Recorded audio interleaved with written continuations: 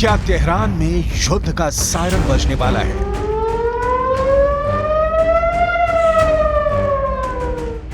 Isfahan में बारूद की बरसात होने वाली है? क्या करज में इजरायल की मिसाइलें गरजने वाली हैं? अहवाज से जंग की खतरनाक आवाजें आने वाली हैं? क्या मशहद पर मिसाइल अटैक होने वाला है? इजरायल और हमास के बीच छिड़ी जंग में अचानक ईरान इंटरनेशनल हेडलाइन बन गया है।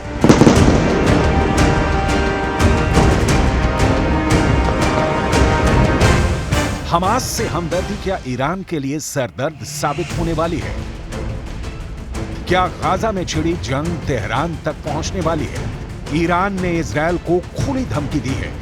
ईरान के विदेश मंत्री ने कहा कि नया मोर्चा खुलेगा या नहीं, ये इजरायल के गाजा में एक्शन पर निर्भर करेगा। बड़ा सवाल है, क्या ईरान युद्ध का नया मोर्चा खोलने की तैयारी में है? ईरान के राष्ट्रपति ने मुस्लिम देशों से अपील की है कि वो गाजा के साथ हैं। ईरान के राष्ट्रपति इब्राहिम रईसी सऊदी अरब के प्रिंस मोहम्मद बिन सलमान को फोन लगाते हैं। सऊदी अरब के प्रिंस मोहम्मद बिन सलमान के दफ्तर में अचानक फोन की घंटी बजती है। मोहम्मद बिन सलमान फोन उठाते हैं, बात करते हैं। फिर मोहम्मद बिन सलमान मिस्र के प्रेसिडेंट अब्दुल्ला फतह अल सीसी को फोन लगाते हैं, उनसे बात करते हैं। इसके बाद सऊदी अरब के प्रिंस जॉर्डन के किंग अब्दुल्ला द्वितीय से भी फोन पर बातचीत करते हैं। सवाल है, आखिर रईसी ने सऊदी के प्रिंस से ऐसा क्या कहा कि वो मिस्र और जॉर्डन फोन लगाने को मजबूर हो गए? सऊदी प्रेस एजेंसी ने जानकारी दी है कि क्राउन प्रिंस मोहम्मद बिन सलमान को ईरान के राष्ट्रपति रईसी ने कॉल किया था। रईसी की वो घंटी 7 साल पुरानी दुश्मनी को खत्म करने वाली साबित हुई है।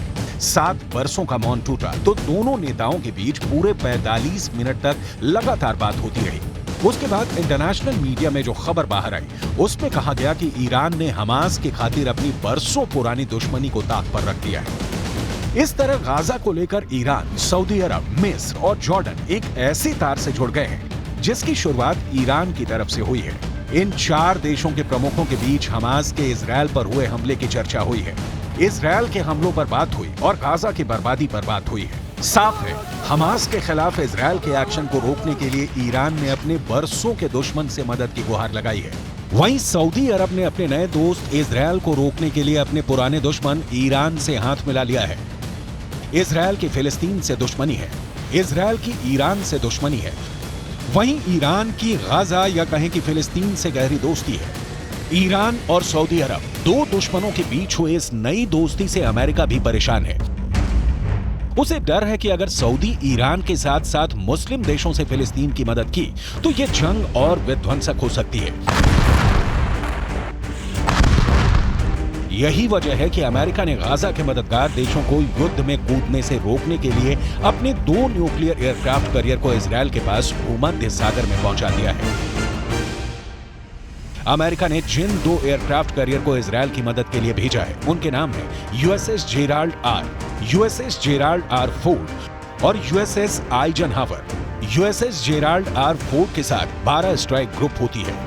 वहीं यूएसएस आइजनहावर के साथ 2 स्ट्राइक ग्रुप होता है जो हमला करने में मास्टर होते हैं। इनके साथ मिसाइलों से लैस और भी कई घातक युद्धपोत भूमध्य सागर में इजरायल के पास पहुंचे हैं। इसके साथ मिसाइलों से लैस जहाजों का पूरा बीड़ा चलता है। इजरायल के पास भूमध्य सागर में पहुंचे अमेरिका के युद्धपोत अब तक खाड़ी युद्ध, अफगानिस्तान युद्ध समेत कई जंग लड़ चुका है।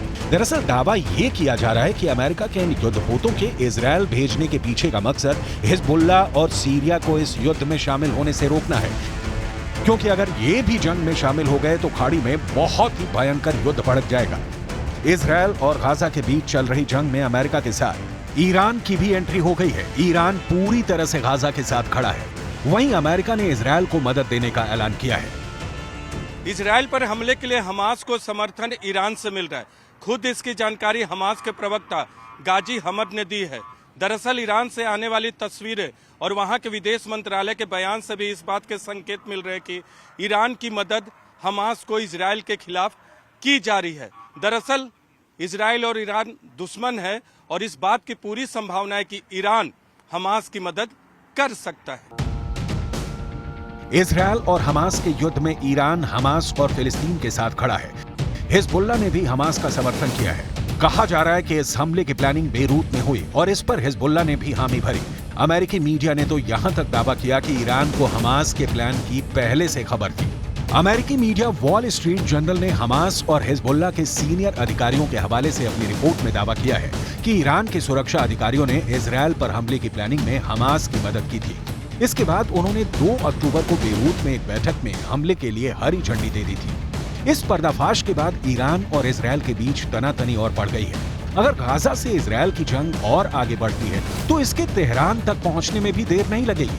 ऐसे में अगर इजराइल और ईरान के बीच युद्ध शुरू हो गया तो वो गाजा की जंग से भी भयंकर साबित होगा। वजह है दोनों देशों के पास हथियारों से भरा गोदाम, एक से बढ़कर एक खतरनाक मिसाइलें। अगर ईरान और इजराइल में हम तुलना करते हैं तो ग्लोबल फायर पावर के मुताबिक ईरान के पास इस वक्त सक्रिय सैनिक हैं 5,75,000, वहीं इजराइल के पास इस वक्त 1,73,000 सक्रिय सैनिक हैं। रिजर्व सेना की बात करें तो ईरान के पास इस वक्त है 3.5 लाख रिजर्व फोर्स और इजराइल के पास यह आंकड़ा है 4,65,000। आगे ईरान के पास जो पैरामिलिट्री फोर्स हैं वो है 90,000, यह आंकड़ा आपके सामने है, और इजराइल के पास 8,000 पैरामिलिट्री फोर्सेस हैं। लड़ाकू विमान इजराइल के पास है 241, तो ईरान भी बहुत पीछे तो नहीं है, 196 उसके पास में लड़ाकू विमान है। इजराइल वर्सेस ईरान आप देख रहे हैं, अगर युद्ध दोनों के बीच होता है तो अटैक हेलीकॉप्टर की अगर हम बात करते हैं तो 48 हैं इजराइल के पास और ईरान के पास में यह संख्या है 12।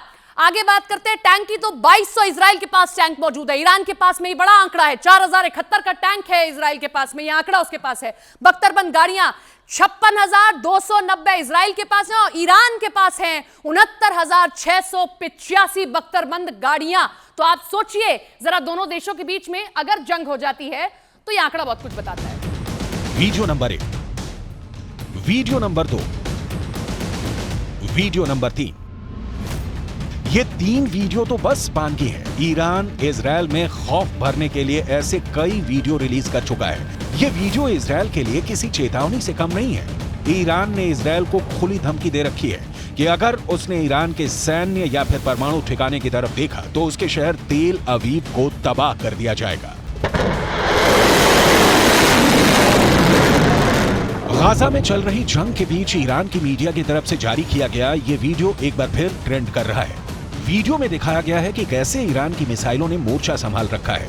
ईरान के मीडिया के मुताबिक इन मिसाइलों के निशाने पर इजरायल का तेल अवीव शहर था। कहा गया कि अगर ईरान के परमाणु ठिकाने पर हमला हुआ तो इजरायल का शहर तेल अवीव मलबे में बदल जाएगा। इजरायल को धमकी दी गई कि उसके हमला करने वाले विमानों को उतारने के लिए जमीन तक नहीं बचेगी, यानी अगर वो हमला करने के बाद बचकर लौट भी गए तो इजरायल में लैंड नहीं कर पाएंगे। हाल ही में ईरान ने खास परेड कर दुश्मनों को अपनी ताकत दिखाई। ईरान ने हाल ही में अपनी एक नई मिसाइल खुर्रमशहर 4 को टेस्ट करके बता दिया कि वो इजरायल को मिट्टी में मिला सकता है। खुर्रमशहर 4 मिसाइल की रेंज 2000 किलोमीटर है और ये 1500 किलो तक का वॉरहेड ले जा सकती है। खुर्रमशहर 4 इतनी सटीक है कि ये मिसाइल अपने टारगेट के 30 मीटर के दायरे में गिरती है। 13 मीटर लंबी इस मिसाइल को लॉन्चिंग के दौरान ही खत्म किया जा सकता है, क्योंकि जब ये अपने टारगेट की तरफ बढ़ती है यानी टर्मिनल स्टेज में इस मिसाइल की रफ्तार करीब 20,000 किलोमीटर प्रति घंटा होती है। इजरायल के किसी भी मिसाइल डिफेंस के लिए इसे रोकना आसान नहीं होगा। ईरान इजरायल की बरसों पुरानी दुश्मनी बहुत ही खतरनाक मुकाम पर पहुंच गई है। वजह बना है ईरान का परमाणु कार्यक्रम और ईरान के हमास के लिए हमदर्दी। दावा किया जाता है कि इसी हमदर्दी के चलते ईरान बरसों से हमास को हथियार मुहैया कराता आया है और अब भी कर रहा है। अमेरिका की United states institute of peace के मुताबिक ईरान ने पहली बार 1980 के दशक में हमास और फिलिस्तीन के साथ रिश्ते जोड़े थे। दावा किया जाता है कि उसी वक्त से ईरान हमास को धन, हथियार और ट्रेनिंग देता रहा है। ईरान ने कई तरह के रॉकेट भी हमास को ट्रांसफर किए हैं, खास तौर पर फज्र 3 और फज्र 5 रॉकेट के साथ साथ सीरिया में बने M302 भी गाजा को दिए हैं। वहीं अमेरिका मिडिल ईस्ट में इजरायल को एक बड़े सहयोगी के तौर पर देखता है। इसकी एक बड़ी वजह ईरान से निपटना भी है। अमेरिका की फॉरेन असिस्टेंस एजेंसी के मुताबिक अमेरिकी मदद से इजरायल उस इलाके में आसपास के खतरों से निपटने के लिए सैन्य बढ़त बनाए रखने में कामयाब रहता है। यही वजह है कि इस बार भी गाजा के साथ इजरायल की जंग में अमेरिका खुलकर उतर गया है। और अगर जंग आगे बढ़ी तो गाजा और इजरायल को लेकर ईरान और अमेरिका के बीच भी भिड़ंत हो सकती है।